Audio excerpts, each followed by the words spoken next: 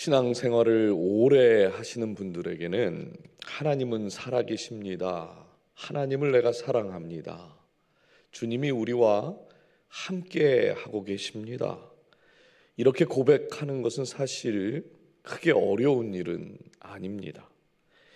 오히려 교회 안에서는 매우 자연스러운 일들이죠. 교회의 언어, 교회의 문화, 또 교회 안에서의 관계들, 우리가 너무 익숙하고 자연스럽습니다. 반대로 믿지 않는 사람들을 만나게 되면요, 우리의 언어가 잘 통하지도 않고 불편할 때가 있습니다. 낯설죠. 우리가 이 땅을 살아가면서 예수님을 부인하며 살지는 않습니다. 그런데 삶의 어떤 영역을 보면 예수님보다 더 크게 느껴지는 것 같은 때가 있어요. 내가 감당할 수 없는 일을 만날 때입니다. 내 힘으로는 도저히 해결이 안 되는 그런 상황을 만나게 될 때에, 특히 우리의 마음이 무너질 만큼 너무나 힘이 들 때, 두려울 때, 평소에 그렇게 익숙하고 잘 나오던 신앙의 고백들이 잘 나오지가 않아요. 그래서 어떤 사람들은요, 신앙생활을 하고 있으면서도 상황이 계속 크게 느껴지기도 하고, 또 어떤 사람들에게는요, 예수님보다 두려움이 더 큰 것처럼 보여지고, 또 어떤 사람은 이 물질과 현실에서의 어려움이 더 크게 느껴지는 것이 사실입니다. 오늘 본문은 우리에게 한 가지 질문을 던지고 있는데요, 지금 당신의 인생에서 가장 큰 존재는 누구입니까? 하는 질문입니다. 마태는 오늘 본문에서 두 가지 사건을 마치 한나의 이야기처럼 이어서 이야기를 합니다. 앞에는 풍랑 사건이 나오고 뒤에는 귀신 들린 사람의 사건이 나오지요. 앞에 풍랑 사건은 자연 세계의 위기입니다. 그리고 뒤에 있는 귀신 들린 자의 이야기는 영적 세계의 위기를 말하고 있는 것이에요. 여러분, 자연 세계와 영적 세계, 이 두 세계의 주인은 누구십니까? 네, 하나님, 예수님이시죠. 근데 놀라운 건 분명 예수님이 자연 세계, 영적인 세계, 이 두 세계의 주인이신데, 정작 신앙생활을 하고 있는 우리는 이 두 세계에서 일어나는 일들보다 예수님을 더 작게 여길 때가 있다는 거예요. 그래서 오늘 우리가 첫 번째 나눌 교훈은, 예수님은 우리가 두려워하는 상황보다 크신 분이라고 하는 것입니다. 예수님은 우리가 두려워하는 그 모든 상황보다 크신 분이다. 23절 한번 다시 보십시오. 배에 오르심에 제자들이 따랐더니, 그래요. 여러분, 예수님과 제자들이 갑자기 왜 배를 타게 된 것일까요? 바로 이 앞에 나오는 그 본문에서 예수님은 하루 종일 수많은 사람들에게 가르치시고 병을 고쳐주시고 귀신들을 쫓아내셨습니다. 그리고 나서 제자들에게 이제 저편으로 건너가자, 이렇게 말씀을 하셨어요. 그러니까 하루 종일 사역을 감당하신 다음에 이제 사역의 방향을 유대 지역이 아닌 이방 지역 거라사 지방으로 이제 사역의 방향을 바꾸시는 결정을 이미 앞에서 하셨습니다. 그렇기 때문에 지금 이 상황은 그냥 우연히 배를 탄 게 아니라 계획을 가지고 배를 예수님이 제자들에게 타라고 하신 상황인 거예요. 제자들은 예수님의 말씀에 순종하여 배를 탔습니다. 근데 여러분, 예수님의 말씀에 순종을 하고 배를 탔는데 예수님의 계획 속에 있었던 일이죠. 근데 제자들이 지금 만난 상황이 무엇입니까? 이제 빨리 생각들을 좀 하셔야 돼요. 자, 풍랑을 만났잖아요. 형통을 만나야 되는데, 지금 예수님이 하루 종일을 한다. 좀 사투리가 나오네. 사투리 쓰는 데서 살지도 않았는데 하루 종일 사역을 열심히 하셨어요. 우리 밖에서 하루 종일 일 열심히 하고 집에 들어가시면 어떠십니까? 또 일하고 싶으세요? 그냥 편하게 있고 싶잖아요. 저도 그래서 집에 가서 잠만 자는 거예요. 예. 우리 모두가 하루 종일 열심히 수고하고 땀 흘리고 일하면 쉬고 싶습니다. 아마 제자들도 그런 줄 알았을 거예요. 예수님하고 뱃놀이 하면서 이런저런 얘기하고 무화과 하나 좀 먹고 뭐 이러고 싶지 않았겠습니까? 그런데 제자들이 만난 건 형통이 아니라 풍랑이었다는 거예요. 여기서 우리는 신앙의 아주 중요한 진실 한 가지를 발견을 하게 되는데, 예수님과 함께 가는 그 길에도 뭐가 오는 거죠? 풍랑이 온다는 겁니다. 아니, 그 주님을 믿고 순종을 했는데 왜 이런 일이 생기고 제자들은 더 힘들어지는 걸까요? 당시 갈릴리 바다라고 하는 이 호수는요, 지형상 지중해에서 불어오는 따뜻한 바람과 그 산 위에서 내려오는 차가운 바람이 그 갈릴리 호수에서 만나는 일들이 많았어요. 그럼 갑자기 이렇게 돌풍이 불고 비가 오는, 그런 풍랑이 오는 그 일들이 많습니다. 성지순례를 가보면 갈릴리 호수인데, 호수면 파도가 치면 안 되잖아요. 근데 파도가 있어요, 거기 가면. 근데 참 재밌는 사실은 예수님의 제자들 중에는 꽤 많은 사람들이 그 직업이 뭐였죠? 어부. 이제 잠이 좀 깨셨어요. 어부입니다.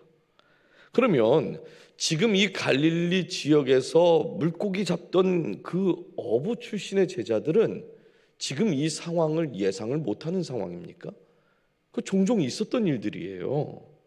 그러니까 갈릴리 지역을 모르는 사람들도 아니고, 무엇보다 그 바다에서 평생 물고기 잡던 그 사람들이 전문적인 지식을 다 갖고 있는 거잖아요.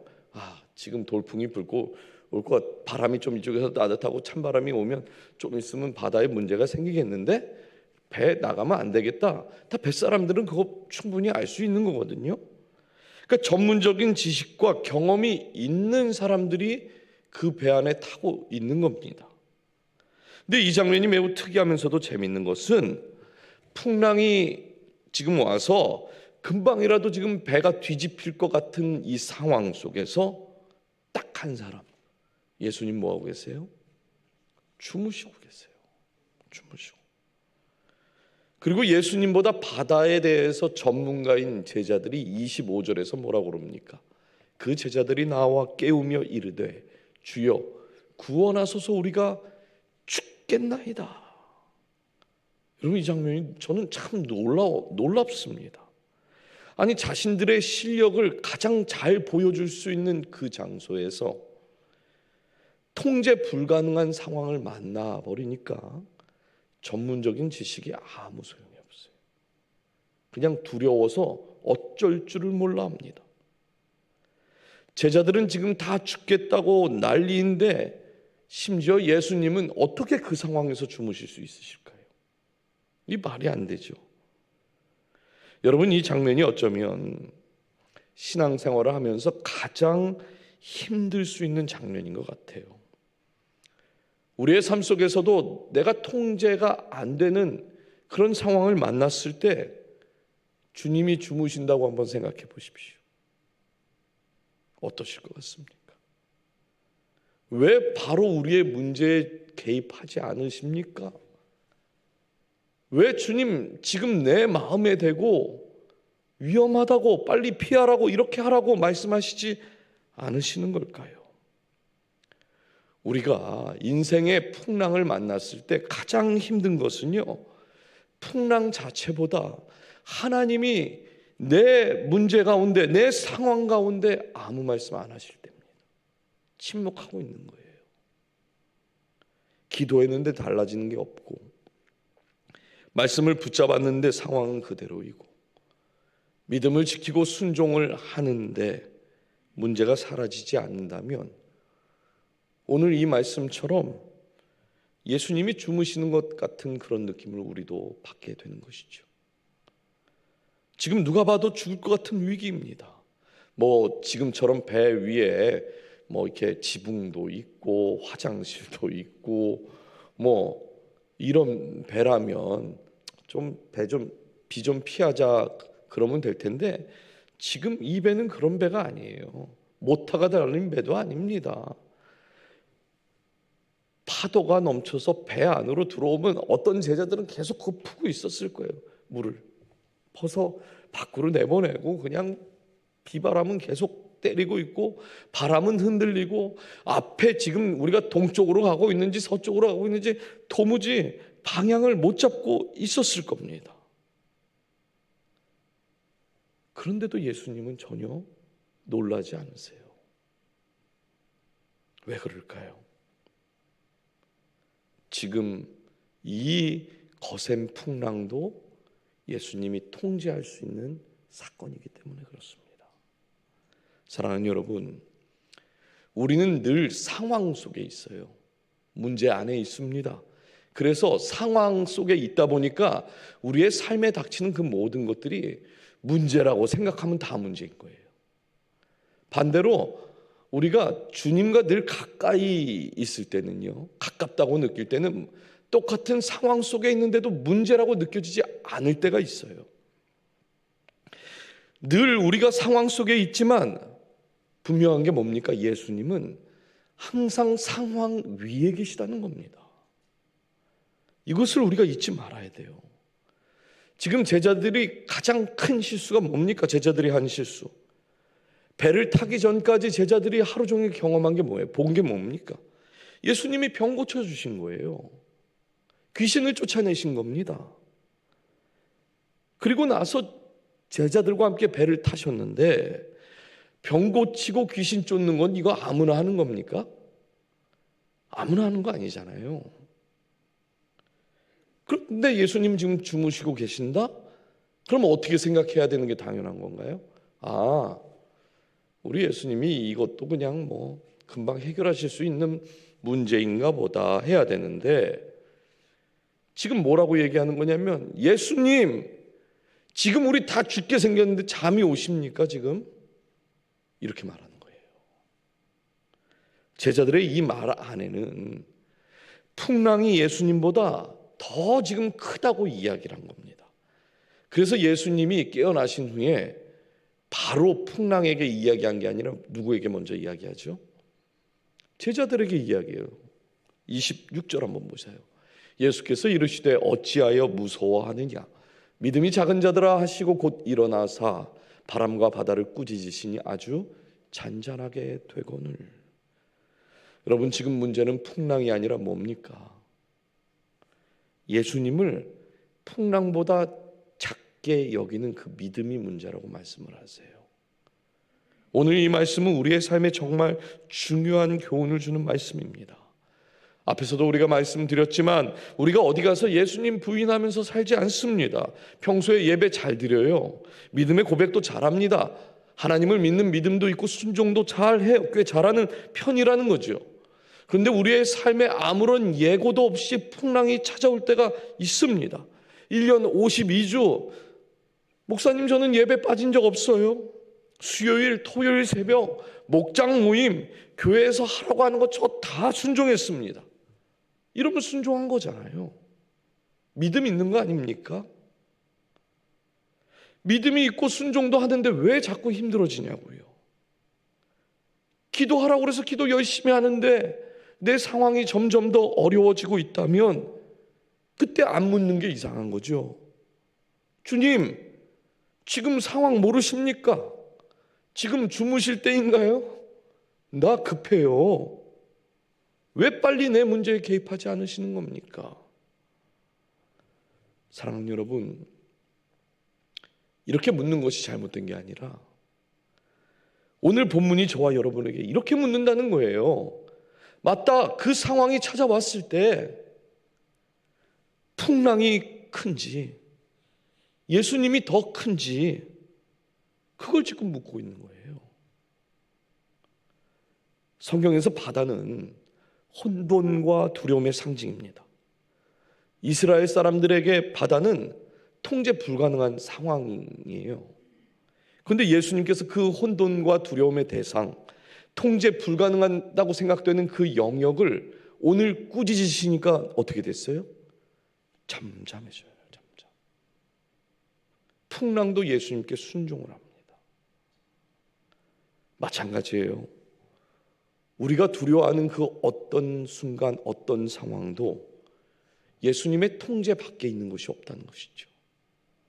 문제는 우리가 만난 그 문제의 크기가 아니라, 상황의 크기가 아니라 예수님이 내 삶 속에서 과연 얼마나 크신 분인가 하는 것입니다. 여러분, 예수님 분명 배 안에 같이 계시잖아요. 지금 배 안에 같이 계셔요. 근데 제자들의 마음 속에는 예수님보다 풍랑이 더 중심에 있습니다. 크게 자리 잡고 있어요. 그럼에도 제자들이 잘한 게 한 가지가 딱 있어요. 뭘 잘했을까요? 잘한 게 있어요. 여기 사건에서 뭘 잘했나요? 예수님을 흔들어 깨웠어요. 그렇죠? 제자들의 믿음은 분명 작았습니다. 그래서 예수님께 믿음이 작다고 혼이 났어요. 그럼에도 제자들이 잘한 것은 풍랑과 싸우다가 그냥 포기해버린 게 아니라는 겁니다. 자신들이 무슨 짓을 해도 통제가 안 되면, 야, 큰일 났다. 아니, 어부쯤 되면은 거기서 수영 좀 하는 거 아니겠어요? 그렇죠? 그럼 저 같았으면 물에 팍 뛰어들었을 것 같은데, 배를 버리고 바다에 뛰어들든지 뭐 다 같이 포기하든지 해야 될 텐데 배도 버리지 않고, 그렇다고 자기들 힘으로 뭘 끝까지 해보겠다고 하지도 않습니다. 제자들이 예수님께 갔어요. 여러분, 이게 정말 중요한 겁니다. 한번 생각해 보십시오. 우리의 상황이 예수님보다 크게 보이는 그 마음이 하루아침에 바뀝니까? 바뀌던가요? 안 바뀌어요. 내가 두려워하는 그 마음이 들어오면요, 한순간에 그 두려운 마음은 사라지지 않습니다. 작았던 그 믿음이 갑자기 어느 날 막 저산 옮겨가지고 막 이런 믿음 막 생깁니까? 안 생겨요. 우리 마음대로 되질 않아요, 사실. 그럼에도 우리가 할 수 있는 것은 있잖아요, 지금. 믿음이 작아도 예수님을 흔들어 깨울 수 있습니다. 여러분, 집에서 자녀들 다 키워보셨죠? 우리 아이들이 엄마 아빠 피곤한 사정 보고 깨웁니까? 어렸을 때? 사정 절대 안 봐줘요. 불편하면 흔들어 깨우죠. 엄마, 아빠 막 흔들어 깨워요. 그럼 우린 그러죠. 엄마 깨워. 아빠 깨워. 그게 문제긴 하지만, 우리 아이들이요, 엄마 아빠 사정 봐주지 않습니다. 자기들이 힘들고 어려우면 흔들어 깨운다는 거예요. 그건 우리도 할 수 있는 거 아니겠습니까? 주님, 지금 제가 너무 무서워요. 감당할 수 없으니까 주님이 좀 도와주십시오. 여러분, 이 고백이 믿음의 시작인 거예요. 예수님께서 믿음이 큰 사람만 지금 도와주십니까? 그렇지 않잖아요. 믿음이 작은 사람도 예수님을 흔들어 깨우면 예수님은 그 믿음 작은 사람도 도와주십니다. 제자들은 풍랑보다 예수님이 더 크다고 생각했지만 잘못 얘기했네요. 제자들은 풍랑보다 예수님을 크게 보지 못했지만 그 풍랑 속에서 예수님께 나아갔습니다. 그래서 결국 풍랑이 끝이 났어요. 여러분, 믿음이 완벽하지 않아도 괜찮습니다. 믿음이 작아도 괜찮은 거예요. 흔들려도 괜찮습니다. 그러나 한 가지는 절대 놓치면 안 된다. 오늘 본문이 말하는 겁니다. 풍랑이 크면 클수록, 우리의 삶 속에서 만나는 문제가 크면 클수록 예수님을 더 흔들어 깨우라는 거예요. 그러니 기도를 멈추면 안 되겠죠. 우리가 예수님께로 나아가는 것 쉬면 안 되는 것입니다. 주님 앞에 부르짖는 것 멈추시면 안 되는 거예요. 믿음이 왜 이렇게 작니? 꾸중 들을 수 있어요. 우리 자녀들이 다 도와주다가도 계속 똑같은 잘못하고 그러면 우리도 똑같이 그러잖아요. 너는 왜 맨날 똑같은 문제 가지고 이렇게 씨름하니? 우리도 그래요. 꾸중을 듣는 사람 입장에서 그 꾸중을 듣는 것도 사실 두려운 일입니다. 쉽지 않아요. 한번 엄마 아빠가 그냥 큰 소리라도 치면 아이들 그 가슴이 콩알만해지죠. 아, 가면 안 되나 보다. 이럴 수 있어요. 그런데 예수님을 깨운 제자들은 결국 풍랑이 멈추는 자리에 지금 서 있습니다. 이것이 중요한 거예요. 그런데 여러분, 예수님이 다스리시는 것은 이 보이는 풍랑만이 아니었습니다. 두 번째 우리가 나눌 교훈은 예수님은 우리가 보지 못하는 영적 세계까지 다스리는 분이라는 거예요.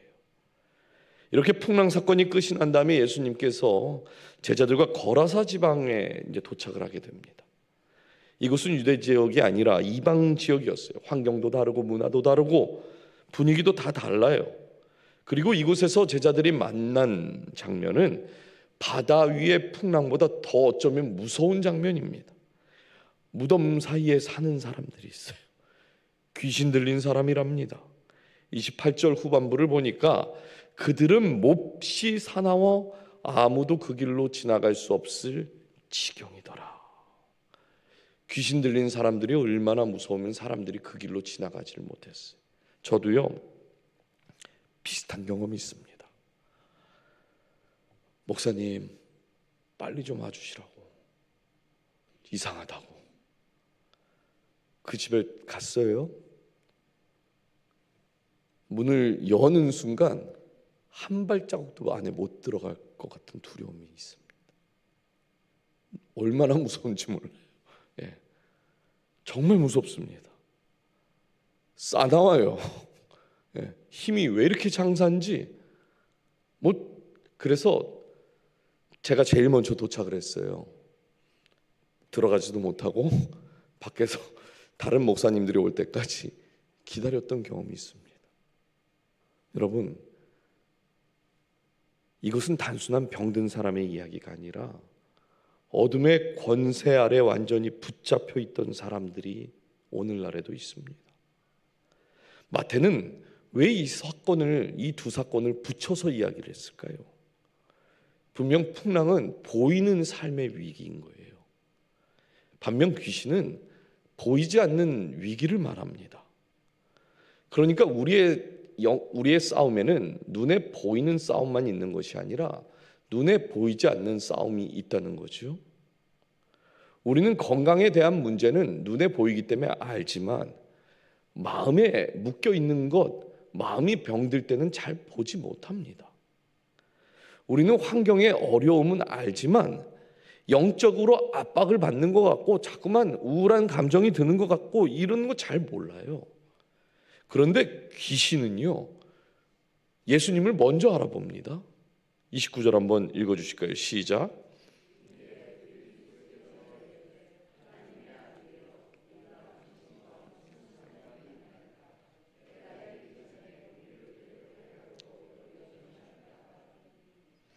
바로 앞 사건에서 제자들이요, 풍랑을 잠재우시는 그 예수님을 보고 도대체 이가 누구인데 바람과 바다도 순종하느냐 이렇게 말했어요.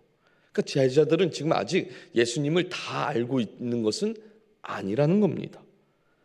그런데 영적 세계는 예수님을 알아봐요. 그리고 영적 세계의 주인 앞에서 두려워합니다.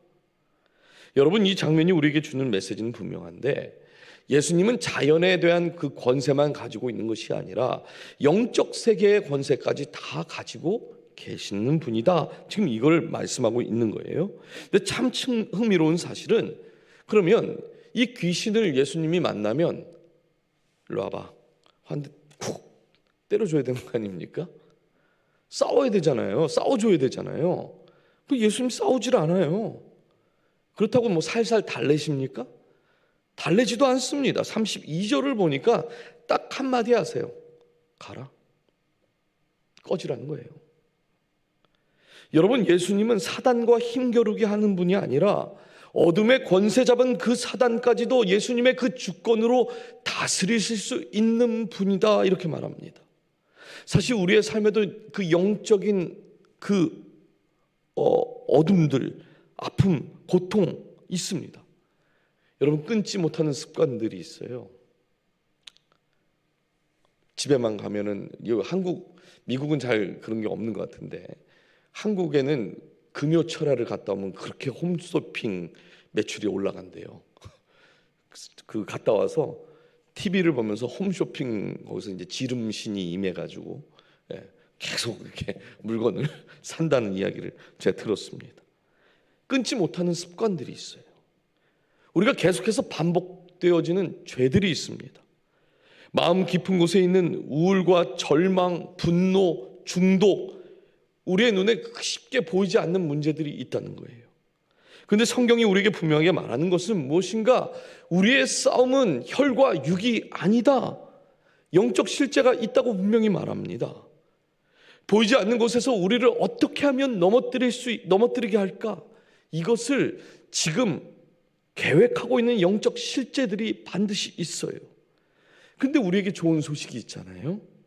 예수님께서는 보이지 않는 곳에서 우리를 넘어뜨리려고 하는 그 영적인 그 실제들까지 다스리시는 분이시다. 결국 그래서 귀신들이 오늘 선택한 것이 뭡니까? 돼지떼에 들어가는 거예요. 돼지떼. 귀신도 예수님께 순종할 수밖에 없습니다. 이 다른 본문 같은 내용을 이야기하는 다른 본문을 보면 이 귀신들이 어느 정도가 되면 군대 정도 됐다고 그래요. 로마의 그 군대 정도, 엄청 많은 귀신들이 들어가 있었던 거예요. 그 귀신들이 돼지떼에 다 들어갔습니다. 여러분, 앞에서 풍랑도 예수님께 순종을 했어요. 귀신도 예수님께 순종을 합니다. 근데 순종하지 않는 존재가 오늘 나와요. 바로 사람입니다. 귀신들이 돼지떼에 들어가니까 갑자기 이제 막 비탈로 그 돼지떼들이 팍 내려가서 물에 들어가요. 돼지가 물에 들어가면 뭐가 되죠? 어떻게 하셨어요? 수육이 되죠. 예. 한국 사람 같았으면 그거 그날 다 먹었을 텐데. 예. 문제는 돼지를 치던 그 사람들이 그 상황을 보고 팍 시내로 내려가서 사람들에게 다 이야기를 했어요. 아마 이 사람들은 돼지의 주인이 아니라 돼지를 맡아서 키우고 있던 사람들이었던 것 같아요. 그러니까 주인에게 가서 다 일러 바친 거예요. 34절을 보십시오. 온 시내가 예수를 만나려고 나가서 보고 그 지방에서 떠나시기를 간구하더라. 지금 동네를 떠나달라고 그래요. 아니, 지금 돼지떼가 다 죽었고 경제적으로 큰 손실이 났는데 같은 유대 사람도 아니고 뭐 이방인 지역에 와가지고 예수라는 사람이 어느 날 자기들이 키우던 그 돼지들을 물에 빠뜨려서 다 죽게 만들었습니다. 그러면 지금 떠나라고 하는 게 정상인 겁니까? 못 가게 붙잡아야죠. 돈 내놓으라고. 돈 내놓으라고. 지금 어딜 가냐고 지금. 에? 우리 안 그러면 경찰서에, 오늘 같은 경찰서에 가서 넘겨야 되는데 이방 사람들도 알았던 거예요. 이분이 우리의 삶에 들어오게 되면 지금까지 붙들고 있던 그들의 문화, 그들의 언어, 그들의 질서, 이 모든 게 다 바뀔 것 같으니까 예수님을 거절해 버리는 겁니다. 사랑하는 여러분, 이 장면은 오늘 우리에게 주는 거울이에요. 거울. 앞에서 제가 이야기했지만 우리 예수님 부인하지 않습니다. 그러나 삶의 어떤 영역에서는 내 손에는 반드시 쥐고 싶은 영역이 있다는 거예요. 주님 제발 도와주십시오. 우리가 이렇게 고백을 하지만 주님이 제 삶의 주인이 되어주십시오라는 이 고백은 부담이 되는 거죠. 내가 필요할 때 주님이 나를 도와주시는 것은 언제나 오케이. 그러나 내가 가지고 있는 것을 가져갈 때는 저한테도 허락을 좀 받으시면 안 될까요? 지금 이걸 얘기하는 겁니다. 그래서 어떤 사람에게는 풍랑이 물질보다 큰 것이고 어떤 사람은 예수님보다 안정이 더 크고 또 어떤 사람은 주님보다 내 방식이 언제나 옳다고 생각을 하는 거예요. 오늘 본문이 크게 세 가지를 우리에게 보여줬습니다. 풍랑도 예수님께 순종했고 귀신도 예수님께 순종을 했습니다. 근데 오직 사람만 예수님을 거절합니다. 여러분의 삶에 풍랑이 있고 묶임과 두려움이 있어도 예수님이 이 모든 상황 위에 계시다는 것을 꼭 잊지 않았으면 좋겠습니다. 문제는 능력이 아니에요. 능력이. 예수님이 내 삶에 불어오는 그 풍랑보다 더 크신가 하는 것입니다. 믿음이 작아도 오늘 괜찮다 했어요. 흔들려도 괜찮습니다. 그러나 한 가지는 반드시 붙잡아야 된다고 그랬죠. 폭풍이 클수록, 풍랑이 클수록 뭐 해야 된다고요? 예수님을 흔들어 깨우셔. 흔들어. 제자들 믿음이 작았지만 예수님을 깨웠고 풍랑은 멈췄습니다. 거라사 지방의 그 사람들 자신들의 그 손해가 더 커질까 봐 예수님 거절하고 주님 없는 평안을 그들은 선택을 했던 것이에요. 사랑하는 여러분, 오늘 우리의 선택은 무엇입니까? 1월 달에 가장 하기 좋은 게 이거예요. 기도의 제목만 세우지 마시고 오늘 우리의 삶 가운데 항상 두 가지를 묻는 겁니다. 풍랑이 큰가? 예수님이 큰가? 풍랑이 큰가? 예수님이 큰가? 예수님을 선택하는 저와 여러분이 되었으면 좋겠어요. 우리의 삶에 불어오는 모든 풍랑보다 크신 예수님을 오늘도 선택하면 12월 마지막이 되면요, 온통 우리의 삶에는 하나님이 우리의 삶을 직접 다스린 그 이야기가, 그 간증의 이야기가 풍성해질 줄 믿습니다. 그런 은혜로 채워지는 저와 여러분이 되기를 주님의 이름으로 축복합니다. 우리 이 시간 같이